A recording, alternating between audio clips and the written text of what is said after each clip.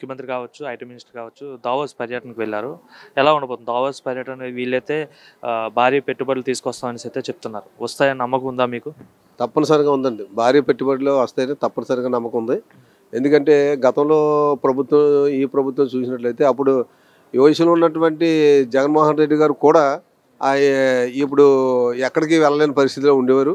ఇప్పుడైతే సుమారుగా 73 సంవత్సరాలు, 74 సంవత్సరాల వయసులో ఉన్నటువంటి ఒక నాయకుడు మన ఆంధ్ర రాష్ట్రం కొరకు ఈ శైలనగా లేకపోతే ఇట్టి క్లిష్టమైన పరిస్థితుల్లో కూడా మరి దావోస్ ఎలా ఉన్నది గొప్ప విషయం. అక్కడ కూడా చాలా భయంకరమైన శైలులు ఉన్నాయి.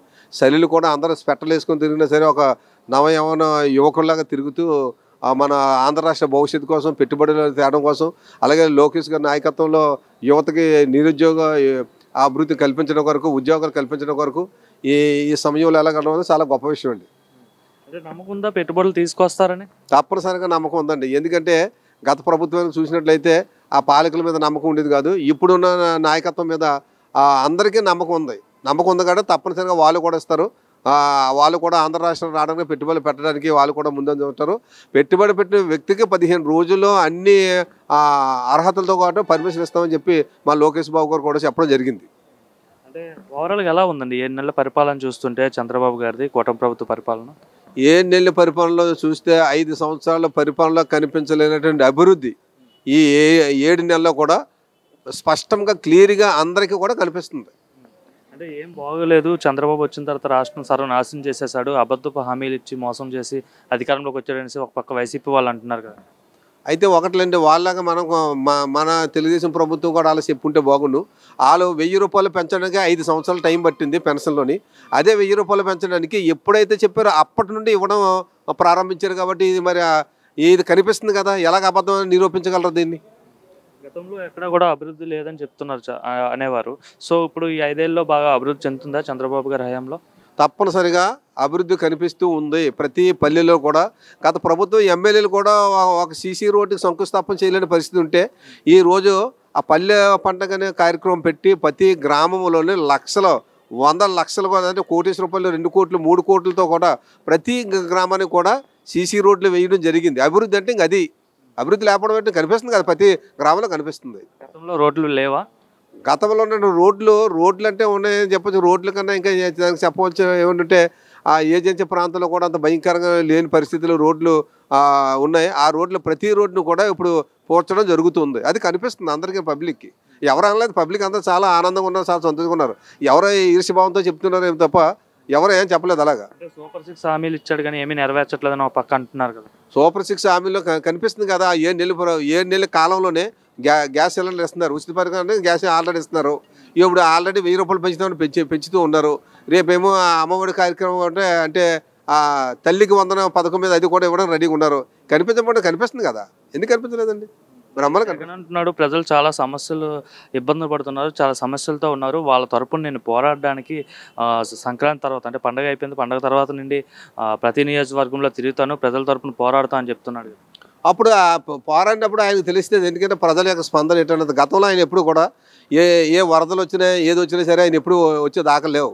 అంత వయసులో కూడా వరద వచ్చిన తర్వాత ట్రాక్టర్ మీద పనిచేస్తూ అనేక మందికి ఉత్సాహంగా కల్పించడానికి ముందుండి పనిచేసిన మహానుభావుడు చంద్రబాబు నాయుడు. అయితే ఈయనకి పోలిక ఎక్కడండి? సార్ మీ పేరండి? నా పేరు సామర్ల రామారావు. సార్ ఒక దావోస్ పర్యటన జరుగుతుంది, ముఖ్యమంత్రి గారు కావచ్చు, మంత్రులు కావచ్చు, అంటే లోకేష్ గారు కూడా అక్కడ దావోస్ పర్యటనలో భాగంగా ఉన్నారు. సో ఈ పర్యటన ద్వారా ఆంధ్రప్రదేశ్కి ఏమైనా పెట్టుబడులు వస్తాయని నమ్మకం ఉందా మీకు?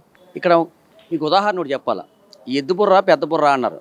ఇప్పుడు నేనున్నాను అనుకోండి, నా ఆలోచన వేరే ఉంటుంది. అలాగే నాకంటే పెద్దోడు యొక్క ఆలోచన అలా వేరే ఉంటుంది. అలాగే గత ప్రభుత్వంలో ఉన్న నాయకుల ఆలోచన వేరే ఉంటుంది. ఇప్పుడు ఒక మంచి తలకాయ మనకి ఏర్పడింది, అది చంద్రబాబు నాయుడు గారు. కాబట్టి దావోస్ వెళ్ళారంటే మనకి కావాల్సిన, మన రాష్ట్రం కావాల్సిన వనరులు రావాలనే ఆలోచనతో మంచిగా ఆలోచించి రాష్ట్ర భవిష్యత్తు గురించి, భావితరాల గురించి ఆలోచించి వెళ్ళి ఆ పెట్టుబడులు తేడానికి తండ్రి కొడుకులు ఇద్దరు వెళ్ళారని మేము ఆశిస్తున్నాం. ఇంకా విషయం చెప్పాలనుకుంటే, ఎన్నో అప్పుల్లో కూరుకుపోయిన రాష్ట్రాన్ని ఇప్పుడు అనేక విధాలుగా రకరకాల కంపెనీలు తీసుకొచ్చి ఆ కంపెనీల ద్వారా మనకు వచ్చిన ట్యాక్స్తో, ఆ ట్యాక్స్తో మన ఇక్కడున్న సమస్యలు, ప్రజా సమస్యలు కానీ ఇంకా రకరకాల విధానాలు ఇవి ఇచ్చిన హామీల గురించి కానీ చక్కగా ఆలోచించి ఆ కార్యక్రమాలు చేస్తున్నారు చంద్రబాబు నాయుడు గారు మేము ఆశిస్తున్నాం. గత ప్రభుత్వంలో ఎట్లా వెళ్ళేవారా దావోస్ పర్యటనకి? ఇటువంటి పర్యటనలు గత ప్రభుత్వంలో ఎప్పుడు జరగలేదు, అవి జరగబోకూడదు. ఎందుకంటే అస్తవ్యవస్థలు చేసి పారేసారు రాష్ట్రం అంతా అవతల వాళ్ళు గత ప్రభుత్వం. కానీ ఇలాగా ఏ కంపెనీలు వచ్చినా ఆ కంపెనీలు కంపెనీలు కూడా ఆ గవర్నమెంట్ చూసి వెనక్కి వెళ్ళిపోయారు తప్ప ఎవరు కూడా ఇక్కడ స్థాపించిన రీతిలో లేదు.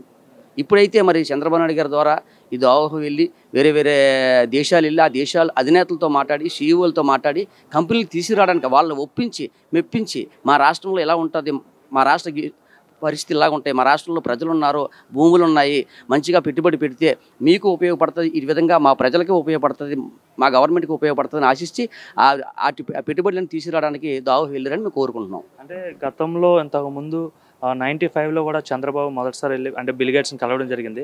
మళ్ళీ ఇప్పుడు రాష్ట్రం అంటే ఇప్పుడున్న పరిస్థితుల్లో అంటే సపరేట్ ఆంధ్ర కదా, మళ్ళీ బిల్ గేట్స్ని కూడా కలిశారు. నన్ను ఎట్లా చూడొచ్చు ఈ అంశాన్ని? ఈ అంశం చూసినట్లయితే గతంలో పోల్చినప్పుడు అప్పుడు కూడా ఎప్పుడైనా ఈయన కష్టపడేది ఒకటే, ఈయన ఆశించేది ఒకటే, ఈయన ఉన్నంత వరకు నా రాష్ట్రానికి ఏదో నేను పాటుపడాలా, నా రాష్ట్రాన్ని బాగు చేయాలి, నా రాష్ట్రంలో ఉన్న ప్రజలను అనేక మంది ప్రజలు నిరుపేదలు ఉన్నారు, అనేక మంది దళితులు ఉన్నారు, అగ్రవర్ణాలు ఉన్నారు, వీళ్ళందరినీ ఈ పెట్టుబడులు తెచ్చి అక్కడి నుంచి కూడా పెట్టుబడులు తెచ్చి రాష్ట్రాన్ని బాగు చేసి సస్యశ్యామలంగా తయారు చేయాలని ఆలోచన కలిగి మా సీఎం గారు ఉన్నారండి. ఎలా ఉంది గత ప్రభుత్వానికి ఈ ప్రభుత్వానికి తేడా ఏమనిపిస్తుంది? 7 నెలల పరిపాలన చూశారు కదా. అంటే 5 సంవత్సరాల పరిపాలన గత ప్రభుత్వంలో చేసిన పరిపాలన ఆ పరిపాలన కంటే ఈ 7 నెలల్లో చేసిన పరిపాలన ఎంతో గొప్పగా ఉందని ప్రజలు ఆశిస్తున్నారు, మేము కూడా ఆశిస్తున్నాం. జగన్మోహన్ రెడ్డి అంటున్నాడు అస్తవ్యస్తం చేసేసాడు చంద్రబాబు వచ్చి, ఇప్పుడు ఎలక్షన్ జరిగితే నేనే గెలుస్తా అంటున్నాడు ఆయన. అది చెప్పుకోదగ్గ విషయం ఏంటంటే అది నోటి మాటలే తప్ప ప్రజలకు ఉపయోగపడే మాటలు కాదు.